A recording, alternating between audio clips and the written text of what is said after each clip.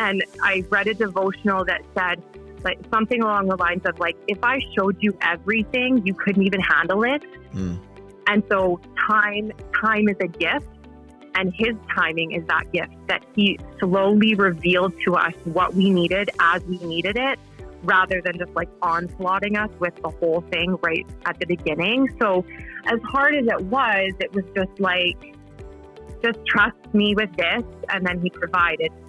At that time, I was writing some things down, and I was just reviewing them today and talking about the community. I remember a lot of this was, we were putting updates on Facebook, and there were people that were not part of the believing community, and they would say hugs or thoughts or, things. Good vibes. Yeah. And I remember Pam coming to me, and I wrote this down, and basically saying like a hug or a thought or these things, they just postpone the agony. What we need is prayer. And it was when people prayed for us, when they wrote out prayers to us, when they prayed verbally with us, that is when we felt comforted like no other. Wow. And that's when people can hug you. They can tell you they're thinking about you, but that's nothing compared to praying for somebody and bringing that to Jesus. Thanks for joining us for this episode of the His Hill Podcast. I'm your host, Kelly Doherty. Today's episode is part of a 2-part series with alumni Joe and Pam Harms. Last week we discussed how they came to know Christ and how they came to understand that He is more than just the way out of hell and into heaven, but Jesus is also their very life here and now. If you haven't listened to episode 1, please do so, as it will help you better understand how they were able to deal with the trial that they and their daughter had to walk through with regards to her health. So now, here is the rest of our visit with Joe and Pam. All right. We're both in the room here on speakerphone now. Okay. Hi, Pam. Welcome back. Hello. Long time no see. Yeah. Okay, so this is why we've done it this way. We talked to Pam first, and then Joe, because they have children, and they're tag teaming it. So one took care of the kids while we talked to Pam, and then Pam took care of the kids while we talked to Joe. So I'm assuming now, what are you doing with the kids now?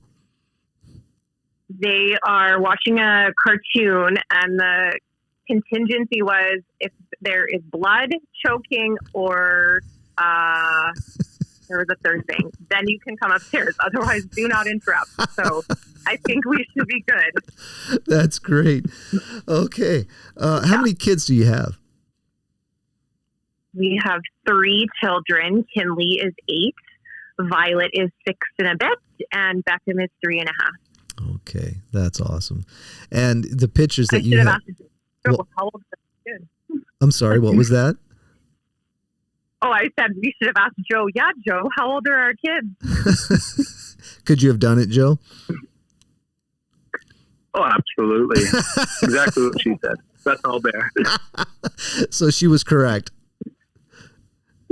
Yeah. Actually, I was going to say the reason that we did our interviews separately was because you were going to go back and match up and see if we said similar things maybe too. It's like a dating game or a marriage game. Yeah. Right. Yeah, exactly. How well do you know each other? Yeah. I didn't think of that. That would have been fun to do. Okay. So for a minute though, Pam, you were wrong about when Joe went to his hill, but then he thought about it. You were right. He came in 2005 the first time, but then came back in 2007. So so you've got it. He admitted that I was right. Yeah, he did. Yeah, we have it recorded too. I was going to say, and it's recorded, so I'm going to keep a copy of that forever. Okay. Well, okay, so you've got the 3 kids, and both of you, I talked with both of you about marriage and about your children and being parents. And you both have said that the Lord has used both marriage and being parents in your life to draw you to Himself, and you've seen your insufficiency in being married and being parents and therefore your need for Jesus. And I it's really encouraging to hear, in a day and age when,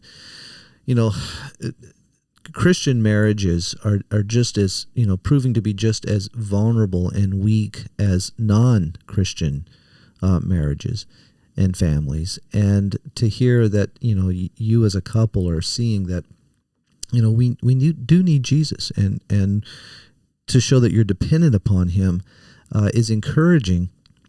And I think, what we're going to talk about now is something where you've seen that you've really seen this in a big way, where Christ is he's more than a ticket to heaven, but he's really your life, and he's intimately involved in everything that goes on in our marriages and with our children. And in particular, we're going to talk about your middle child, your daughter Violet. And she, how old is she now? So she's 6.5. Okay, 6.5. Wow, she's still very young. And but you've really had to go through go down quite a road with her already in her life. Do you want to just kind of give us some of the background in this? So when she was about 40 months, so just over 3, I was tucking her to bed one night, and I noticed that she had a bit of a pink reflection in her pupil, so in the black portion of your eye. And so through that, we were taken on a cancer journey. That's kind of like the Coles Notes version, but yeah. So okay, yeah, that was okay. Were you suspicious of that right away? No. So of course, I am a nurse, but I did Google, and cancer never came up in the search.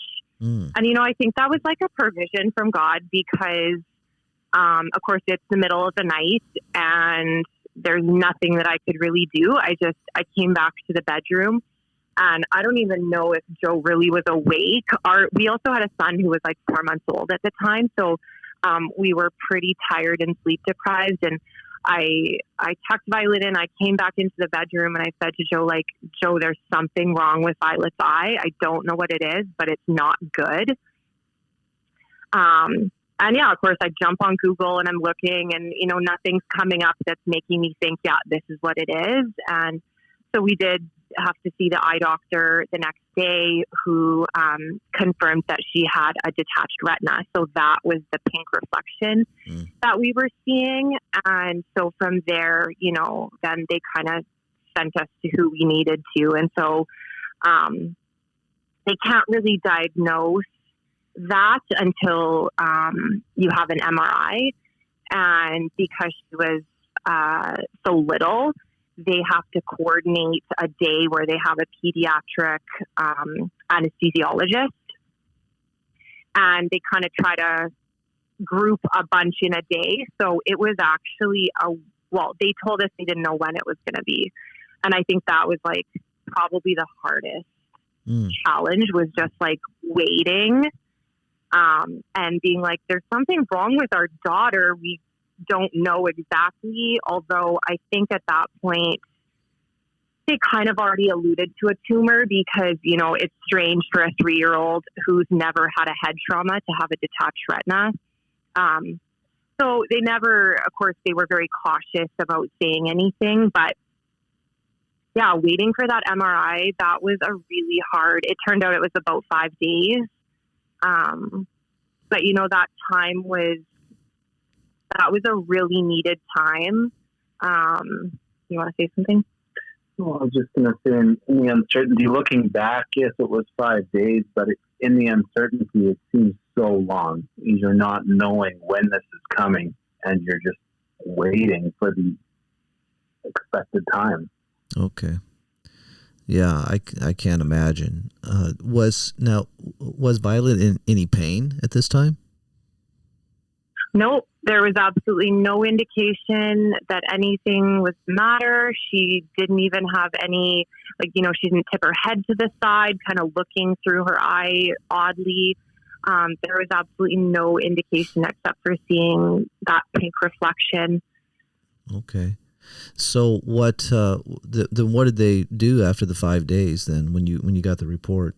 So once they said that we would be booked for that MRI, that was basically what they needed in order to send us out of the province for treatment.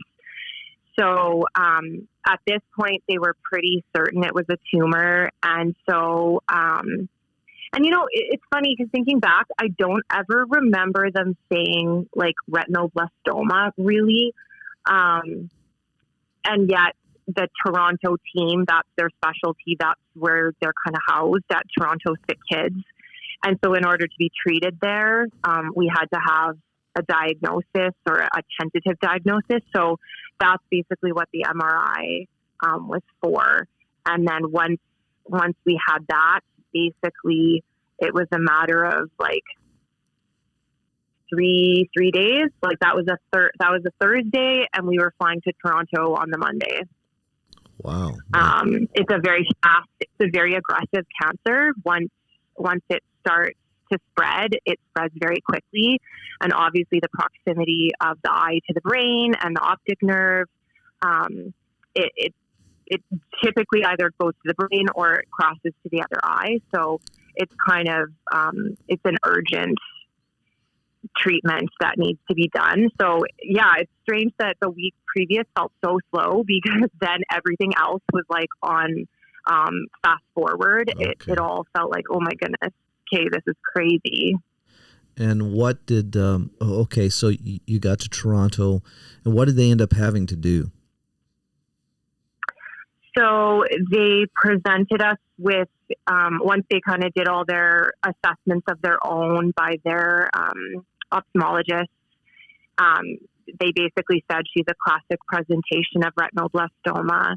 And they presented us with a surgery date. But what they wanted to do first was they have like really high tech machines that take 5 different pictures. And so they said, we do want to just kind of get in there and double check and confirm. And then we'll let you know kind of from there as far as what your options are. So we went into this surgery not even really knowing 100% what was going to happen. So they had her sedated, and then they came and presented us with the option of chemotherapy, or it's called enucleation, so the removal of the eye. And I think we were shocked because I don't think we were expecting a choice. In all of our discussions, it was like, if they find retinoblastoma to be what she has, like eye removal is the best option. So I think that was really hard for us actually to almost have to like make the decision. I remember saying like asking the doctor, can't you just tell us? Like they said, well, it's too close. You know, you could go with chemotherapy and she may have vision again in that eye. We can't guarantee that, and the chances are small, but we do have to give you the option of chemotherapy because there is a chance we will do this and she may have a little bit of vision again. And so I remember just telling Pam, like, I wish they didn't give us that decision. Just tell us either we need to remove it, it's that bad. I did not want to make that decision for her. Oh, I can't imagine. Yeah. Oh, my goodness. Yeah, oh, my goodness. Okay, so what was she like during all? Did she realize that something's not right? I mean, she's pretty young at this time.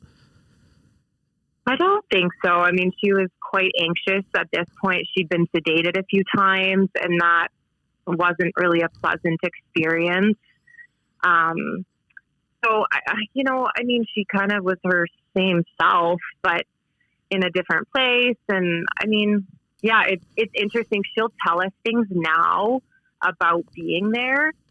So I know that she knows like something was going on, but I don't think she really understood. Okay. And I remember talking about that too with Pam at the time. I remember when, before she was sedated, we were with an optometrist, and he put a paddle over her one eye and asked her to give him a high five, and she could easily do that. And then he put it over the other eye, and you could just see her feeling around, and like that was the first time that I realized she has no vision in that eye. But for her, that was, it wasn't new. That was her normal already. We just didn't realize that's what was going on. But it really wasn't any different to her than what she had been used to for the past however long. Okay. So they had to take her eye, and then what do they do for her after that? So during the surgery, they remove the eye. They place it's actually a glorified marble into the socket. So some people think that it's like this big hollow cavern, and it's not. They sew a marble in behind there to give the prosthetic something to kind of cup onto. Okay. And so during that surgery, they give her basically just a stock eye. So blue or brown. She has blue eyes, so they give her a blue eye. And then it's a 6-week waiting period before she heals, because there's quite a bit of swelling, or there can be. Hers actually wasn't that bad. And then 6 weeks later, it's called an ocularist, and they hand paint an eye.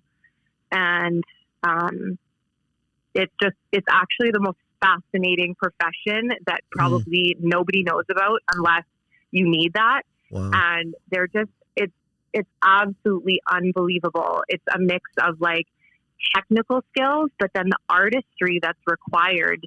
Her eye is so unique. And it's just absolutely amazing what the finished product is. Wow. That does sound interesting. And did she adjust to this well? So she had her eye removed on a Thursday, and Saturday morning she was running around Toronto chasing pigeons. And she actually told me just the other day that was the best time of her life, and she wishes she could go back. And that, like, she reflects on that so fondly that she just wants to go back and chase pigeons. Wow. But like Joe said, she doesn't, after the surgery, she saw no differently than she did before, because her brain just automatically like rewired. So for us, that was just like, it was such a rainbow in the sky, so to speak, that it was like, God, we know that this was such a hard thing to go through, but you've provided again that she's not been hindered. She's a thriving child, and we knew going forward that he had her in the palm of his hand, and that, he has such big things for her.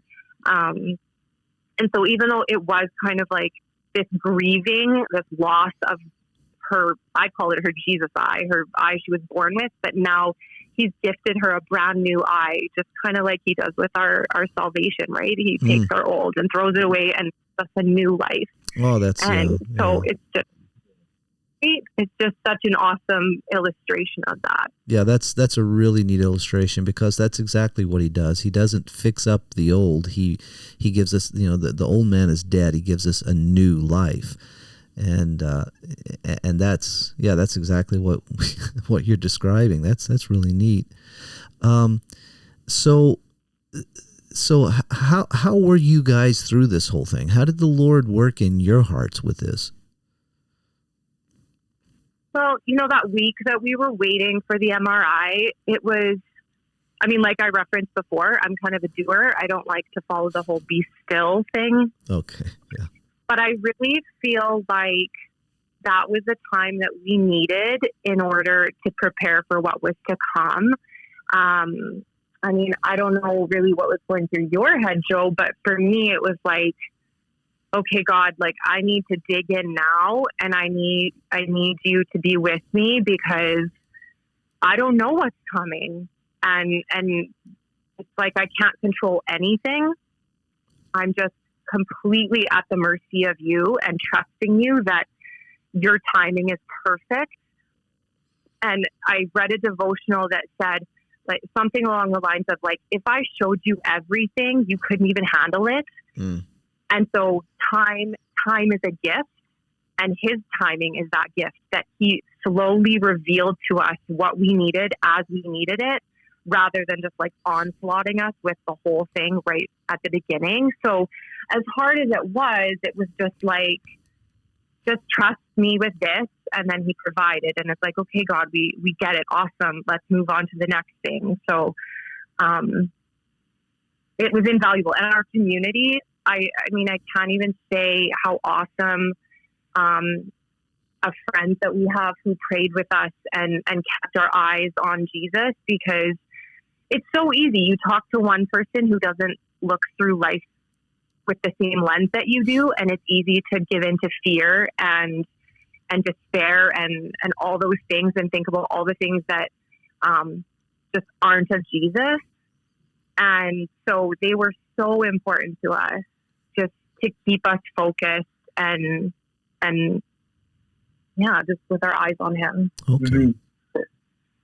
Yeah, and if I can jump in there, at that time I was writing some things down, and I just was reviewing them today and talking about the community. I remember a lot of this was, we were putting updates on Facebook, and there were people that were not part of the believing community, and they would say hugs or thoughts or, things.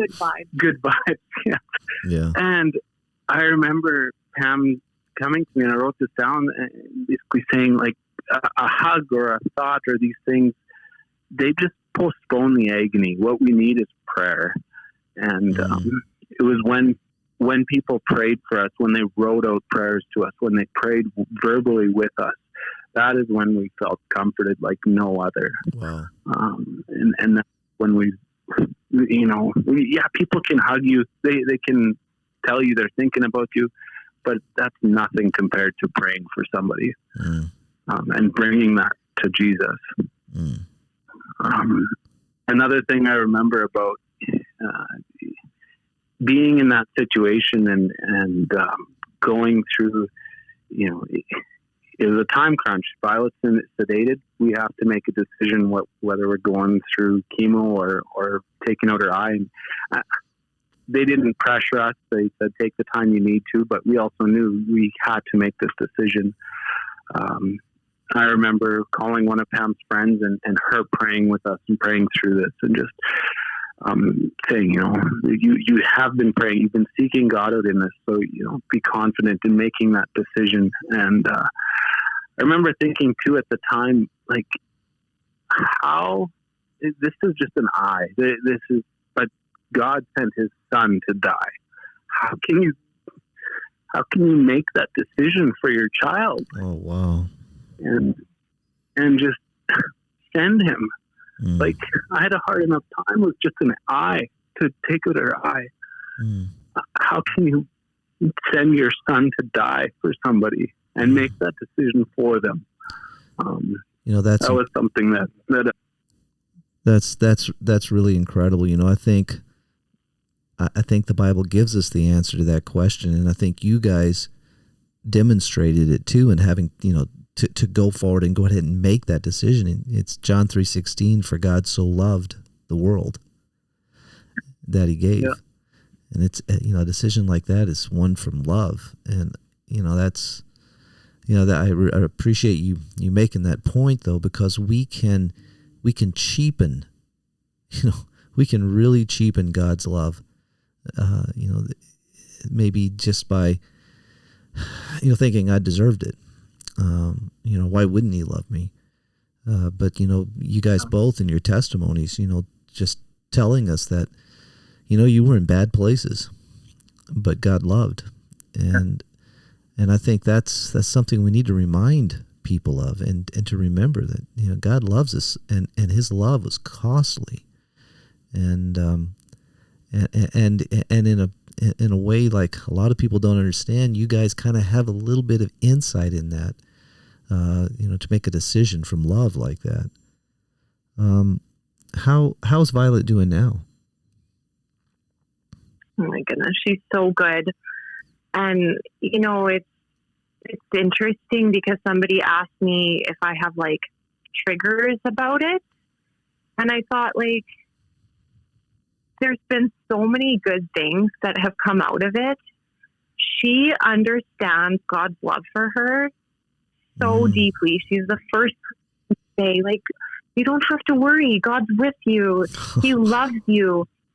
And like, she gets it. And like, Kelly, if I could have understood a fraction of how much God loved me at her age, I can't even imagine how different my life would have been. And so it's like, it's such a blessing to see how empathetic she is.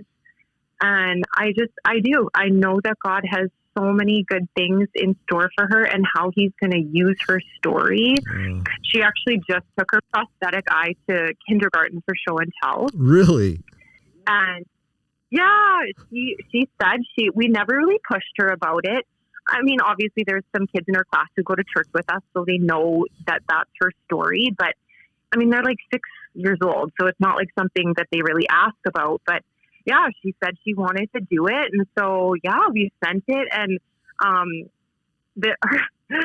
it's really, her intro was, she had it in a little container and she told the kids, you guys might want to close your eyes because it might freak you out. and so they all thought she had a spider in her container. And so then she had it like laid out on a little towel on the floor. And I think they were all just like, oh, that's all it is? Perfect. Like, we were expecting a spider. And, you know, just like, they accept her and they don't see her any differently.